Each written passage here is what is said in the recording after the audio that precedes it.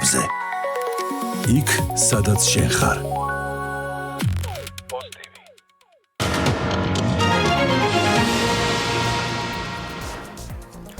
კიდევ ერთხელ მოგესალმებით პოსტივის საინფორმაციო სამსახური აგრძელებს თქვენთვის მუშაობას, მე ლევან წუწუნავა ვარ.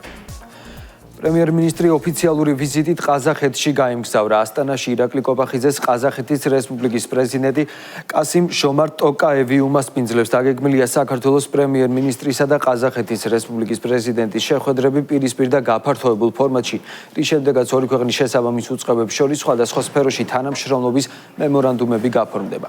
ყაზახეთში იმყოფება და მთავრობის მეთაურის ვიზიტს აშუქებს ჩემი კოლეგა ნუცა კოროშინაძე, რომელიც უფრო მეტ დეტალს მოგვიყვება. ნუცა, გისმენთ.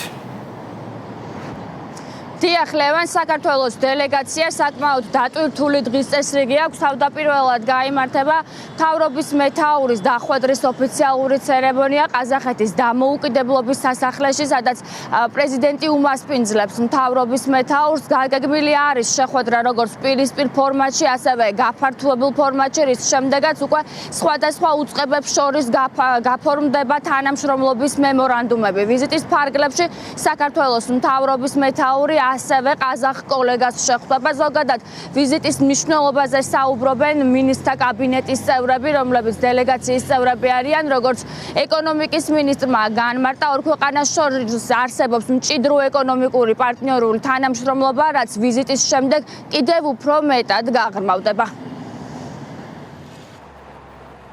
ყაზახეთი გამორჩეულად სტრატეგიული პარტნიორია ჩვენი ქვეყნისთვის, სავაჭრო ეკონომიკური ურთიერთობების თვალსაზრისით შედგება მრავალი ორმხრივი შეხვედრა, მათ შორის საქართველოს პრემიერ-მინისტრის, პრემიერთან, ისევე როგორც პრეზიდენტთან ყაზახეთის და ასევე ჩვენ გვექნება ორმხრივი შეხვედრები ჩვენს კოლეგებთან, რომლის ფარგლებში ჩვენ ვისაუბრებთ თუ როგორ უნდა მოხდეს ქვეყნებს შორის ურთიერთობების კიდევ უფრო მეტად გაღრმავება. მე მინდა განსაკუთრებულად გამოვყო ჩვენი ორი ქვეყნის როლი შუა და ერეფნის კონტექსტში, რამდენადაც უკვე ძალიან მზარდია ტვირთნაკადი უშუალოდ შუა და ერეფანში, ჩვენ განსაკუთრებულად მჭიდროდ თანამშრომლობთ ყაზახეთთან და ამდენად საერთო ინიციატივებით რომ ხედავთ, რომ ფაქტობრივად ყოველ თვე უკვე ეს ინიციატივები რეალურ შედეგებში ისახება და ვფიქრობ, რომ ამ ვიზიტის ფარგლებში განსაკუთრებულ ყურადღებას გავამახვილებთ ტრანსპორტისა და ლოგისტიკის სექტორში შემდგომ თანამშრომლობას.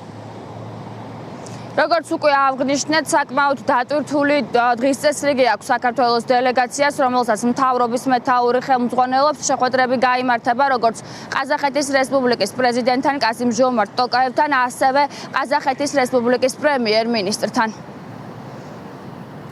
მადლობა ნუცა, ყაზახეთიდან ნუცა კოროშინაძე საუბრობდა პირდაპირ ეთერში. შინაგან საქმეთა სამინისტრომ უკანონო ბრუნვიდან ამოღებული 37 მილიონ ლარზე მეტი ღირებულების 700 კილოგრამამდე სხვადასხვა სახის ნარკოტიკული საშუალება გაანადგურა. არსებული კანონმდებლობის შესაბამისად ნარკოტიკების განადგურების პროცესში, რომელიც გარემოს დაცვითი თანამედროვე სტანდარტების შესაბამისად ჩატარდა, მუდმივ მოქმედი კომისიის წევრ შინაგან საქმეთა სამინისტროს თანამშრომლებთან ერთად გენერალური პროკურატურისა და შრომის ჯანმრთელობისა და სოციალური დაცვის სამინისტროს წარმომადგენლები მონაწილეობდნენ.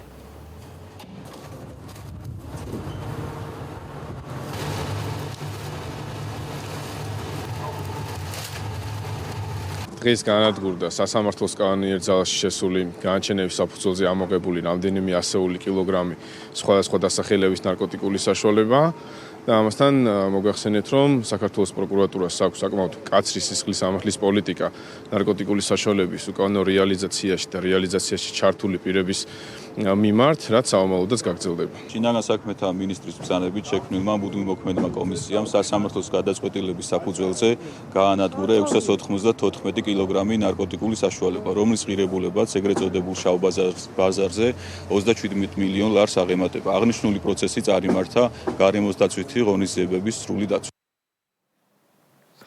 საქართველოს 10-ვე რეგიონში ჩატარებული კონფერენციების შემდეგ ქართული ოცნების ახალგაზრდული ორგანიზაცია შემაჯამებელ ღონისძიებას დღეს თბილისში გამართავს. ორგანიზაციის წევრები დედაქალაქში მცხოვრები ახალგაზრდების საჭიროებებს, გამოწვევებსა და იდეებს მოისმენენ.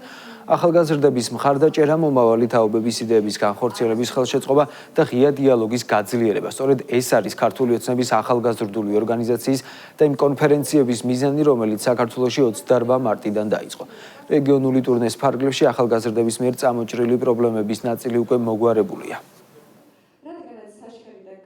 ამ კონფერენციების ერთ-ერთი უმნიშვნელოვანესი მიზანი სწორედ გახლდათ ის, რომ არ იყოს პოლარიზაცია ახალგაზრდებს შორის და ახალგაზრდებს გქონდეს სივრცე საიმისოდ, რომ გაუცოლოთ იდეები, თუნდაც ეს იყოს კრიტიკული პოზიციები. აღსანიშნავია, რომ თბილისი არის აქტიური ახალგაზრდული პროექტების მიმართულებით. მნიშვნელოვანი არის, რომ ჩვენ მხარს უჭერთ როგორც სპორტულ ღონისძიებებს, ასევე წარჩინებულ ახალგაზრდებს, სწავლის დაფინანსებისა და სხვადასხვა შეღავათების მიმართულებით. შესაბამისად, განსაკუთრებული მნიშვნელობა აქვს დღევანდელ ღონისძიებას, რომ მოვისმინოთ კიდევ რა გამოწვევები რჩება აქ მცხოვრები ახალგაზრდებისთვის და რა იდეების განხორციელებას ისურვებდნენ ისინი ჩვენ სამომავლო საქმიანობაში. ფონდ ქართუს მხარდაჭერით მიმდინარე პროექტი თბილისის ურბანული ტყე დასკვნით ეტაპზეა. თბილისის მასშტაბით უკვე რეაბილიტირებულია 700 ჰექტრამდე ტერიტორია, დარგულია 700.000-მდე ნერგი, განახლებულია 45 კილომეტრამდე საფეხმავლო და ველო ბილიკი, მათ შორის მოეწყო 20 კილომეტრამდე ახალი ბილიკი. რეკრეაციული მიზნებისთვის მოეწყო ტურისტული ინფრასტრუქტურა, ძელსკამები, გადმოსახედები, ფანჩატურები, თავშესაფრები და ფრინველებზე დაკვირვების ქოხი. პროექტის ფარგლებში ასევე გამოყენებულია ფრინველების ბუნებაში დაბრუნებისა და გამრავლების უნიკალური მეთოდი. შეიქმნა სპეციალური აპლიკაცია, რომელიც მოსახლეობას კოორდინაციაში დაეხმარება. აპლიკაციაში დატანილია ტერიტორიაზე შესასვლელები, ბილიკები და მოსასვენებელი სივრცეები, რაც მეტად ამარტივებს გადაადგილებას. თბილისის ურბანული ტყის პროექტის ფარგლებში გამწვანების მორიგი აქცია და შემეცნებითი ტური მოეწყო. სხვადასხვა პროფესიის მოქალაქეებმა, ასევე თბილისის საკრებულოს წევრებმა რამდენიმე ლოკაცია დაათვალიერეს. თავარი არსი რაც იყო აი ამ ჩვენი პროექტის, ეს არის ველურ ბუნებასთან მაქსიმალურად მიახლოებული გარემო თბილისთან 5 წუთში სავალში. და ეს წესით უკვე მიღწეული არის და კიდევ ერთხელ ვამბობ, რომ როგორ გითხებიან აი პროექტი როდის სრულდება, ეს პროექტი არასდროს არ სრულდება. ეს არის მუდმივად გამძობი პროექტი, რომელიც ყოველთვის უნდა განვითარდეს, იმ ტექნოლოგიები და ისინიც გამოყენებული უნდა იქნას, მაგრამ ამავე დროს ამ პროექტის თავარი არსი ის არის, რომ ბუნებასთან სიახლოვეს მაქსიმალურად ვინარჩუნებთ. მინდა საზოგადოებას მივაწოდოთ ინფორმაცია რა გააკეთა საქველმოქმედო ფონდმა ქართულ და კონკრეტულად ბიძინა ივანიშვილმა მის ოჯახთან ერთად დაახლოებით 700.000 ახალი ხემცენარე დაირგა ეს იმასთან ერთად რომ ძალიან კარგია ეკოლოგიის თვალსაზრისით ასევე დედაქალაქის გეოდინამიკას უფრო მყარს გახდის და დაიცავს ჩვენს ქალაქს მეწყერ საშიში ზონებისგან და მე მინდა თითოეული ჩვენი ქალაქის მაცხოვრებელს უთხრა რომ დაახლოებით დედაქალაქის ხმაურიანი ადგილებიდან 15 წუთში შეძლებენ რომ აი ამ ბუნებრივი რელიეფით დატკბნენ მოიყვანონ თავიანთი შვილები და დარწმუნებული ვარ რომ მომავალში ეს პროცესი გაგრძელდება კიდევ და რა შედეგებს მოიტანს და როგორი აისახება ჩვენ დედაქალაქზე მე მგონი ყველასთვის თვალსაჩინო და ნათელია. არის საოცარი ადგილი რომელიც ვთვლი რომ ყველა თბილისელმა უნდა ნახოს, იმიტომ რომ თბილისიდან ზუსტად 10 წუთში შეგიძლია აღმოხვიდე და აღმოჩნდების სივრცეში, რომელსაც ვერ წარმოიდგენთ თუ არსებობს დღეს შენ დედაქალაქში. ეს არის პროექტი, რომელიც განსაკუთრებით მნიშვნელოვანია უკვე და დარწმუნებულია რომ განსაკუთრებით მნიშვნელოვანი იქნება თბილისის მაცხოვრებლებისთვის, რადგან შეძლებენ თავისუფალ გარემოში რეკრეაციულ სივრცეში ამოვიდნენ, გაატარონ დრო სასიამოვნოდ და შეიგრძნონ ის გარემო, რომელიც დღეს აქ ფონდმა ქართულ შექმნა. მცხეთა-მთიანეთის რეგიონში ტყის მართვის 10 წლიანი გეგმის შემუშავებისთვის სახელმწიფო ტყეში 40,900 ჰექტარ ფართობზე ინვენტარიზაციის სამუშაოები დასრულდა. ეროვნული სატყეო სააგენტოს უფროსი საველე სამუშაოების პირველად შედეგებს თიანეთის მუნიციპალიტეტში გაიცნო. შემუშავდება ტყის მართვის გეგმის პროექტი, სადაც დეტალურად იქნება გაწერილი ყველა სატყეო სამეურნეო ღონისძიება, მათ შორის სანიტარიული ჭრები, ტყის აღდგენის ღონისძიებები, სატყეო გზების მოწყობა და სხვა. იმისათვის რომ ეფექტიანად დავგეგმოთ სატყეო სამეურნეო სამუშაოები, აუცილებელია რომ აღირიცხოს ჩვენი ქვეყნის ტყეები. ამ დროისათვის მიმდინარეობს 3 რეგიონში საველე სამუშაოები, კერძოდ ქვემო ქართლში, შიდა ქართლში და სამცხე-ჯავახეთში. 2026 წელს 238,000 ჰექტარზე ჩვენ ვფიქრობთ მოვახდინოთ ჩვენი ტყეების აღრიცხვა და შევიმუშაოთ ტყის მართვის გეგმები, რათა ეფექტიანად დავგეგმოთ შემდეგში სატყეო სამუშაოები. თბილისი პიანო ფესტი 2026 დასრულდა დასკვნით საღამოზე მოცარტის უვერტიურა ოპერიდან ფიგაროს ქორწინება და ედვარდ გრიგის საფორტეპიანო კონცერტი ლა მინორი შესრულდა. ღონისძიებას პირველი ლედი თამარ ბაგრატიონი კულტურის მინისტრი და თბილისის მერის მოადგილე დაესწრნენ. ფესტივალი კულტურის სამინისტროს, დედაქალაქის მერიისა და შემოქმედებითი საქართველოს მხარდაჭერით წელს მე-7-ად ჩატარდა. მიხარია რომ დღემდე იზრდება ამ ფესტივალის მასშტაბები, ადამიანებს ეძლევათ საშუალება, რომ კლასიკურ მუსიკას ეზიარონ არაჩვეულებრივი არტისტები არიან, როგორც ყოველთვის ამ ფესტივალზე და მინდა დუდანას და მის გუნდს ძალიან დიდი მადლობა გადაუხადო, რომ თბილისის კულტურულ ცხოვრებაში არსებობს ესეთი ტიპის ფესტივალი. ძალიან ბედნიერი ვარ, მეშვიდეთ ჩატარდა თბილისი პიანო ფესტი, ძალიან წარმატებული კონცერტის დასრულდა საღამო, კარლო პონტი დირიჟორობდა ეროვნულ სიმფონიურ ორკესტრს და გელით გაისადათ, ძალიან მიხარია, რომ ასე მრავალრიცხოვნად მოდიოდა ქართველი მსმენელი და ვფიქრობ, საინტერესო პროგრამა შევთავაზეთ წელსაც და გაიცეთ კიდევ უფრო მრავალფეროვანს გვპირდებით. ძალიან მნიშვნელოვანი საღამოა ეს ფინალური ღონისძიება ფესტივალის, რომელიც მეშვიდეთ გაიმართა. ძალიან დიდი პატივია ჩემთვის დუდანა მაზმანიშვილთან და ფანტასტიკურ ორკესტრთან ერთად სცენაზე გამოსვლა. ძალიან მნიშვნელოვანი ფესტივალია. ეს არა მხოლოდ ტოპ არტისტების შემოქმედებას სთავაზობს მსმენელს, არამედ აქ არის მუსიკალური განათლების კომპონენტიც, რადგან ფესტივალი ეხმარება ახალგაზრდა ტალანტებს. მათთვის გამოცდილი შემსრულებლები ატარებენ მასტერკლასებს. ამიტომ ამ ყველაფრის გათვალისწინებით კიდევ უფრო მეტად გახარებული ვარ, რომ ამ ყველაფრის ნაწილი ვარ.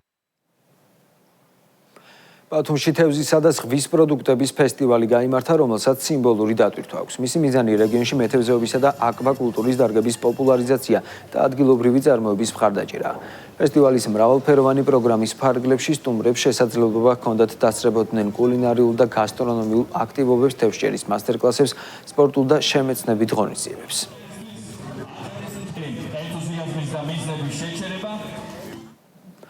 ახლა კი უცხოეთში მიმდინარე ახალი ამბები. ირანის საგარეო საქმეთა მინისტრმა აბაზ არაღჩიმ რეგიონის ქვეყნებს მოუწოდა არ დაუშან მათი ტერიტორიისა და ინფრასტრუქტურის გამოყენება ირანის წინააღმდეგ თავდასხმებისთვის. ამის შესახებ ინფორმაციას CNN-ი ირანულ წყაროზე დაყრდნობით ავრცელებს. არაღჩიმ ბაღდადში ერაყის პრემიერ-მინისტრთან შეხვედრისას განაცხადა, რომ რეგიონულმა სახელმწიფოებამ მშვიდობა და უსაფრთხოება უნდა დაიცვან. ცნობისთვის შაბათ-კვირას ორმხრივი დარტყმების ფონზე შტატებსა და իրანს შორის მიღწეული შეთანხმება კითხვის ნიშნის ქვეშ დადგა. მხარეებმა ერთმანეთი ცეცხლის შეწყვეტის შეთანხმების დარღვევაში დაადანაშაულეს. ამ დროისთვის საბრძოლო მოქმედებები შეჩერებული, ამერიკის შეერთებული შტატებისა და ირანის დელეგაციები კი დოჰაში გეგმავენ შეხვედრას. ვლადიმერ პუტინმა აღიარა, რომ რუსეთში საწვავის დეფიციტია და დიზელის ექსპორტის აკრძალვა დაანონსა. ამასთან კრემლის ლიდერმა უარყო საფრანგეთის პრეზიდენტის განცხადება უკრაინის საკითხზე დონალდ ტრამპის პოზიციის შეცვლის შესახებ და აღნიშნა, რომ მოსკოვი მზად არის ამერიკის შეერთებულ შტატებთან დიალოგი ალასკის შემდეგ უკვე რუსეთში გააგრძელოს. გარდა ამისა, მოსკოვის მიზნებიდან ყურადღების გადატანის მცდელობა უწოდა პუტინმა კიევის წინადადებას ორმხრივი ავიადარტყმების შეწყვეტის შესახებ. პარალელურად ცნობილი გახდა, რომ პუტინმა და ლუკაშენკომ ნოვგოროდში ორდღიანი საიდუმლო შეხვედრა გამართეს, სადაც ომის მიმდინარეობა განიხილეს.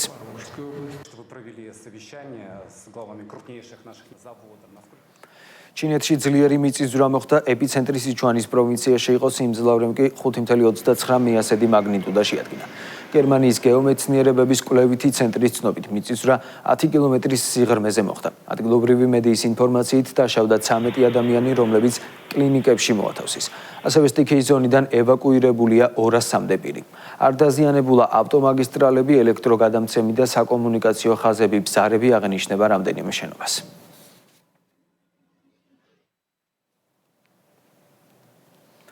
ვენესუელაში მიწისძვრის შედეგად დაღუპულთა რიცხვი 1450-მდე გაიზარდა, ინფორმაციას როიტერი ავრცელებს. სამაშველო ოპერაციები გრძელდება, მაშველებმა კვირას შენობის ნანგრევებიდან მამაშვილი ცოცხლები ამოიყვანეს. ეროვნული ასამბლეის პრეზიდენტმა ხორხე როდრიგესმა განაცხადა, რომ დაშავებულია 3150 ადამიანი, იძულებით გადაადგილდა 12721 პირი, დაინგრა 774 შენობა. შეგახსენებთ, ვენესუელაში ზედიზედ 2 ძლიერი მიწისძვრა მოხდა. პირველი 7.2 მაგნიტუდის სიმძლავრის ბიძგები კარაკასის დასავლეთით დაფიქსირდა, ხოლო მას სულ რაღაც 39 წამის შემდეგ უფრო ძლიერი მიწისძვრა მოჰყვა, რომლის სიმძლავრემ 7.5 მაგნიტუდა შეადგინა.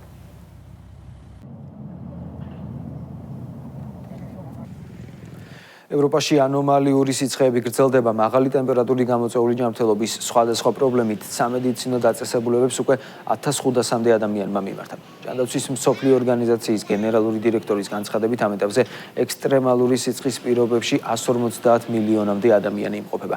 განსაკუთრებით მძიმე მდგომარეობაა საფრანგეთში, გერმანიაში, იტალიასა და ესპანეთში.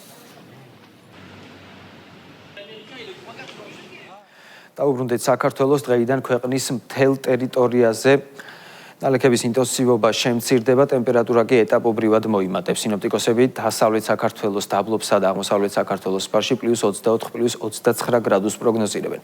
მომდევნო დღეებში აღმოსავლეთ საქართველოში დრო გამოშვებით გაძლიერდება დასავლეთის მიმართულების ქარი, უმეტესად უნალექო და ქარიანი ამინდია მოსალოდნელი დღეს დედაქალაქში, ცაირი თბილისში +28 გრადუს მიაღწევს. დღეს გასულ დღეებთან შედარებით ნალექების ინტენსივობა შემცირდება, მხოლოდ საქართველოს ზოგიერთ რაიონში შენარჩუნდება ხანმოკლე წვიმა და ელჭექი. ჰაერის მაქსიმალური ტემპერატურა დასავლეთ საქართველოს დაბლობსა და აღმოსავლეთ საქართველოს ბარში 24-29 გრადუს ფარგლებშია ნავარაუდები. ხვალდაზე საქართველოს ზოგიერთ რაიონში კვლავ მოსალოდნელია ხანმოკლე წვიმა და ელჭექი. დედაქალაქში უმეტესად უნალექო და ქარიანი ამინდია მოსალოდნელი, ჰაერი გათბება 28 გრადუსამდე. ასეთი იყო ახალი ამბები, პოზიტივის საინფორმაციო სამსახური თქვენთვის მუშაობას ზუსტად 13 საათზე გააგრძელებს.